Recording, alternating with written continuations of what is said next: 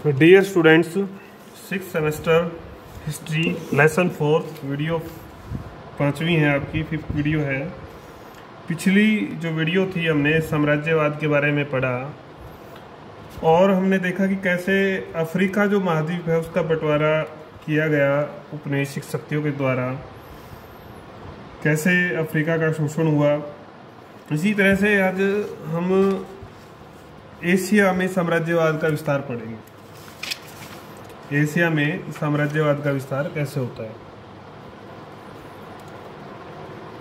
Asia में आपको पता है भारत मुख्य देश था और पहली जो शक्ति आई थी भारत में वो आपको पता होगा पुर्तगाल आई थी, लेकिन और भी सब देशों के बारे में हम पढ़ने वाले हैं। तो एशिया में साम्राज्यवाद का विस्तार जैसे अफ्रीका में फैला वैसे ही एशिया में भी फैला साम्राज्यवाद। एशिया में साम्राज्यवाद अफ्रीका से काफ़ी पहले शुरू हो गया था। स्थिति कुछ भिन्न थी। एशिया के जापान व थाईलैंड ही मात्र ऐसे देश थे जहां ये यूरोपीय साम्राज्यवादी अपने पाँव नहीं जमा पाए थे। अन्यथा सारा जो बाकी का जो एशिया था वो सारा इनके चंगुल में था। तो पहला जो मुख्य देश है वो है पुर्तगाल।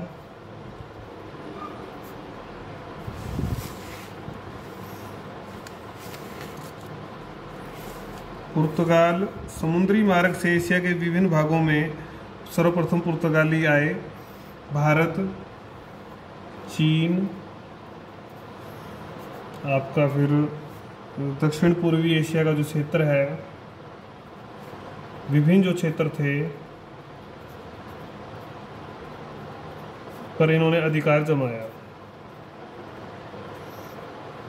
विभिन्न स्थानों पर वत्सों को लेकर डचों व अंग्रेजों में युद्ध भी हुआ, लड़ाइयाँ लड़ी। आपने पढ़े होंगे पिछले सेमेस्टरों में, तो इनमें लड़ाइयाँ भी हुई।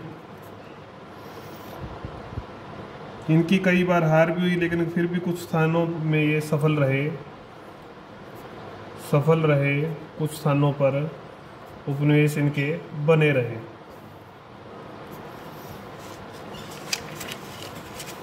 गोवा, दमन, दीव,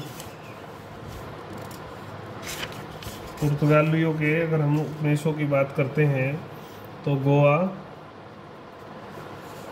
जो लास्ट तक रहे उनकी बात कर रहे हैं हम। वैसे तो इन्होंने काफ़ी क्षेत्रों पर कब्जा जमाया था। पहले इन्होंने व्यापार, फिर नीले पानी की नीति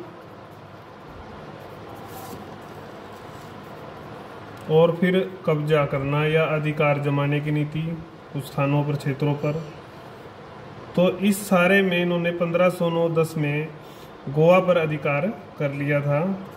फिर दीव, दादरा नगर हवेली को कब्जा कर लिया। 1916 तक इनका इस क्षेत्र पर, इन क्षेत्रों पर अधिकार रहता है पुर्तगाल का।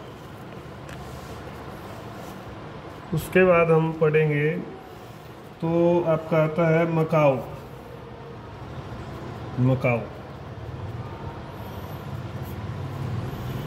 चीन के पूर्वी तट पर स्थित, चीन के पूर्वी तट पर स्थित यह द्वीप था। एक व्यापारिक केंद्र था प्रमुख पुर्तगालियों के लिए।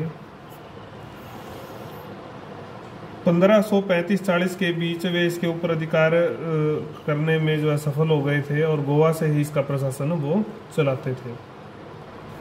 तिमोर, यह भी दक्षिणी पूर्वी एशिया का क्षेत्र था, पुर्तगालियों के कब्जे में रहा।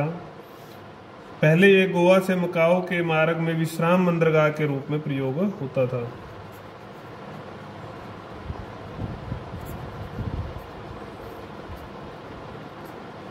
तो ये तीसरा क्षेत्र था। फिर जो दूसरा प्रमुख देश आता है वह है आपका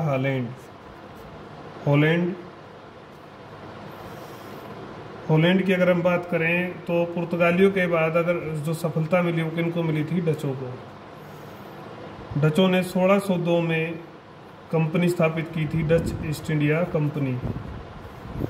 और इसके बाद भारत में इन्होंने खंबात, पटना, सूरत, ये सब आप पढ़ चुके हो पिछले सेमेस्टर में, आपको ध्यान होगा।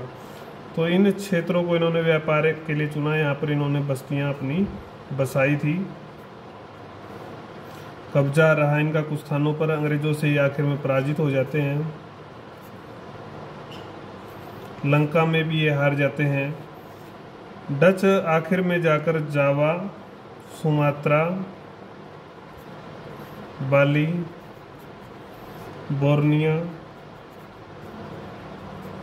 जो वर्तमान इंडोनेशिया है, यहाँ पर कामयाब हो जाते हैं। भारत में ज़्यादा कामयाब नहीं हुए, लेकिन यहाँ पर ये कामयाब हो जाते हैं। 1619 में इनको जकार्ता और 1641 में पुर्तगालियों को हराकर मलक्का भी वो जीत लेते हैं।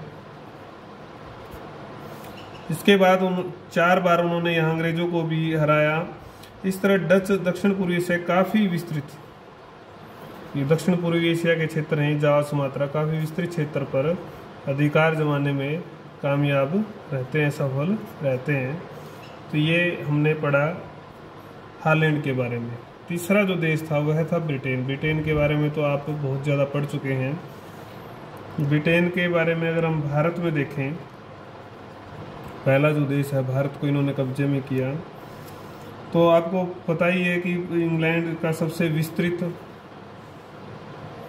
लाभकारी और सुरक्षित उपनिवेश था। ब्रिटेन की अर्थव्यवस्था काफ़ी जो है इससे लाभ लेती थी। तो ऐसा उपनिवेश भारत था। और भारत के बारे में कितने समय गुलाम रहा आपको पता है। वाणिज्यवादी युग भी आया, पहले वाणिज्यवादी युग था जब भी बड़े क्षेत्र पर कब्जा इनका था। 1857 की क्रांति, कंपनी राज खत्म, ये सारी चीज़ें आपको ध्यान होगी। इंग्लैंड का शासन शुरू हो जाता है और उसके बाद फिर पूंजी निवेश के माध्यम से इस भारत देश को गुलाम करने के अलग अलग तरीकों पर काम होता है। तो ये सुरक्षित औपनिवेशिक व्यवस्था थी एक। इस व्यवस्था के माध्यम से वो भारत पर अपना अधिकार जमा लेते हैं। कंपनी की व्यवस्था पर भरोसा नहीं किया जा सकता था। तो जब पूंजीपति आए तो पूंजीपतियों ने जो है कर्ज, भारत को कर्ज दिया, रेलवे में निवेश किया या अन्य जगह जहाँ पर भी गारंटी वाला ब्याज जो है उनको मिलता था, 5% गारंटी ब्याज थी जो, वहाँ पर उन लोगों ने पैसा लगाया। जबकि इंग्लैंड में ब्याज जो है 2 या 3% ही था मुश्किल से। भारत में उन लोगों ने बैंक खोले, पूंजी निवेश किया और खूब लाभ कमाया। 1913-14 में ब्रिटिश पूंजी से कुल खरा मुनाफा 60 करोड़ रुपए हुआ, जबकि उसी वर्ष व्यापार में अंग्रेजों को केवल 42 करोड़ मुनाफा था। तो पूंजी निवेश से ज़्यादा मुनाफा हो रहा था। ये बात आपको ध्यान करने की है।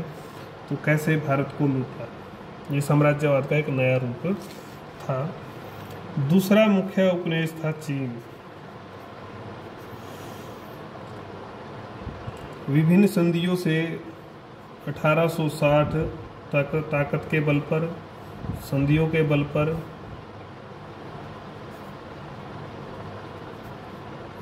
विदेशियों ने चीन के साथ संबंधों का निर्धारण किया। साम्राज्यवाद का एक नया चेहरा सामने आया। भारत बर्मा जैसे देशों में स्थापित साम्राज्यवाद से अलग था। भारत में अंग्रेजों ने अपने आर्थिक हितों को पूरा करने के लिए भारत में राजनीतिक प्रभुत्व भी स्थापित किया था। भारत में राजनीतिक प्रभुत्व भी स्थापित था, जबकि और देशों में कुछ जगह ऐसा नहीं किया गया था। वहाँ पर केवल आर्थिक हितों को ही मुख्य रखा गया था। चीन में ऐसा नहीं किया गया। चीन में सभी विदेशी ताकतों ने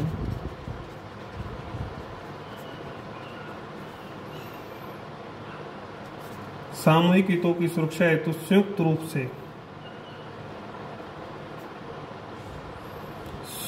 रूप की एक नीति अपनाई उन्होंने। संयुक्त सुरक्षा भी हो जाएगी, जिससे दरवाजे जो है, चीन के दरवाजे जो है विदेशी व्यापार के लिए खोल दिए गए, सबके लिए खोल दिए गए। तो एकांत जो युग था वो खत्म हो जाता है चीन का। मिनाके के मतानुसार उसकी नीति का आधार था एकांत की दीवार में जो छेद खुला हुआ है वह और बढ़े और दीवार हटे, किंतु चीन ध्वस्त या बर्बाद न हो। उदाहरण के लिए चीन की आयात निर्यात नीति था, सीमा शुल्क आदि पर विदेशियों का नियंत्रण था। हांगकांग प्रदेश की स्थिति तो ब्रिटेन की एक क्राउन कॉलोनी के समान ही थी। हांगकांग जो था चीन का, ये क्राउन कॉलोनी थी ब्रिटेन की, एक प्रकार से उपनिवेश था पूरी तरह से।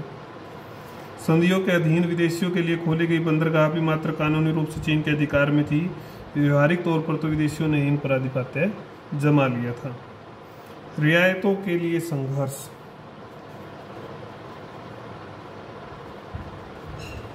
रियायतों के लिए संघर्ष, इसमें क्या है ये देखेंगे हम। चीन के संबंध में है। 19वीं शताब्दी के अंतिम चरण में तैयार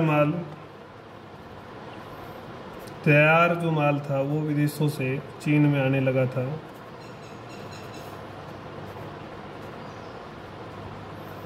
सस्ता कपड़ा,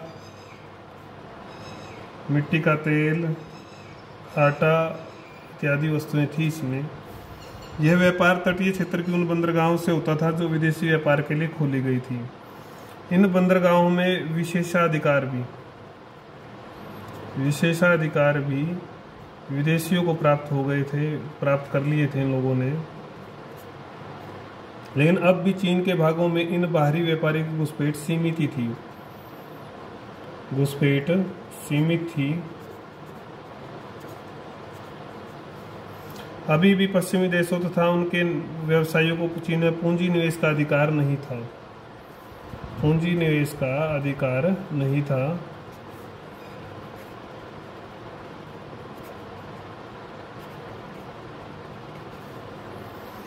उन्हें अपना राजनीतिक प्रभुत्व स्थापित करने का अधिकार भी नहीं था, जो निवेशित पूंजी की सुरक्षा के लिए जरूरी था।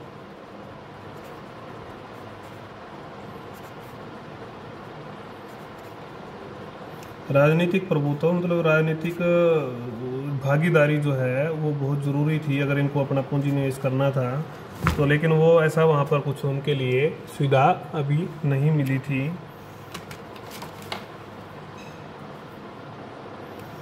अठारह सौ 95 से 99 के बीच में बदलाव आता है।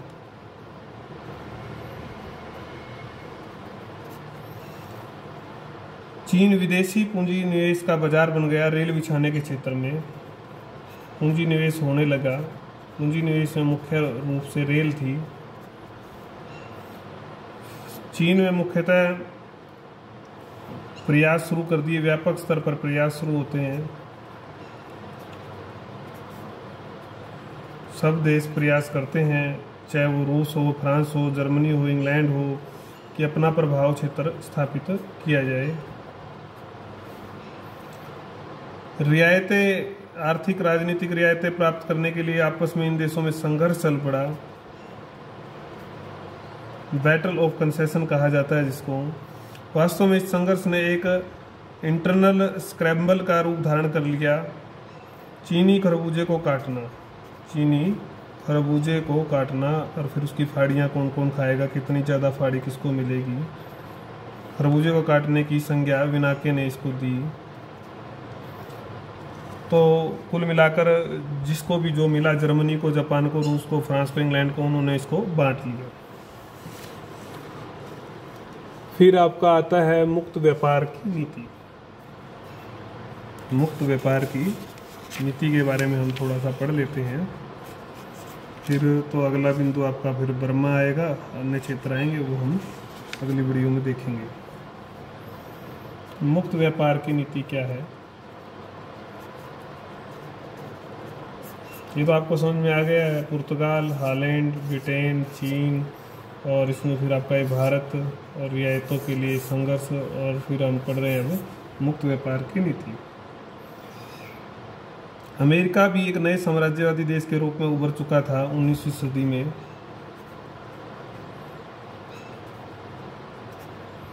अमेरिका भी नई साम्राज्यवादी शक्ति के रूप में उभर चुका था। उसको भी भूख लगी हुई थी, उसको भी देश खाने थे, तो उसने भी अपनी दिलचस्पी चीन में प्रकट की। तो चीन में मुक्त द्वार की नीति लेकर आया वो। मुक्त द्वार की नीति भी सब व्यापार कर सकते हैं। 10 अक्टूबर 1990 को बाकी जो देश थे उन्होंने भी इसको स्वीकार कर लिया। ब्रिटेन, रूस व अन्य राष्ट्रों ने, सभी औद्योगिक राष्ट्रों ने चीन में व्यापार व अन्य आर्थिक हितों को पूरा किया। सभी राष्ट्रों ने आर्थिक, व्यापारिक हितों को पूरा किया। मुक्त व्यापार नीति से चीन की एकता और अखंडता बनी रही, वरन संभावना चीन के टुकड़े किए जाने की थी। तो ये वीडियो हमने देखी। अगली वीडियो में हम बर्मा, अन्य क्षेत्र, फ्रांस और जर्मनी, रूस के बारे में पढ़ेंगे। तो साम्राज्यवाद का अपना ये पाठ समाप्त हो जाएगा।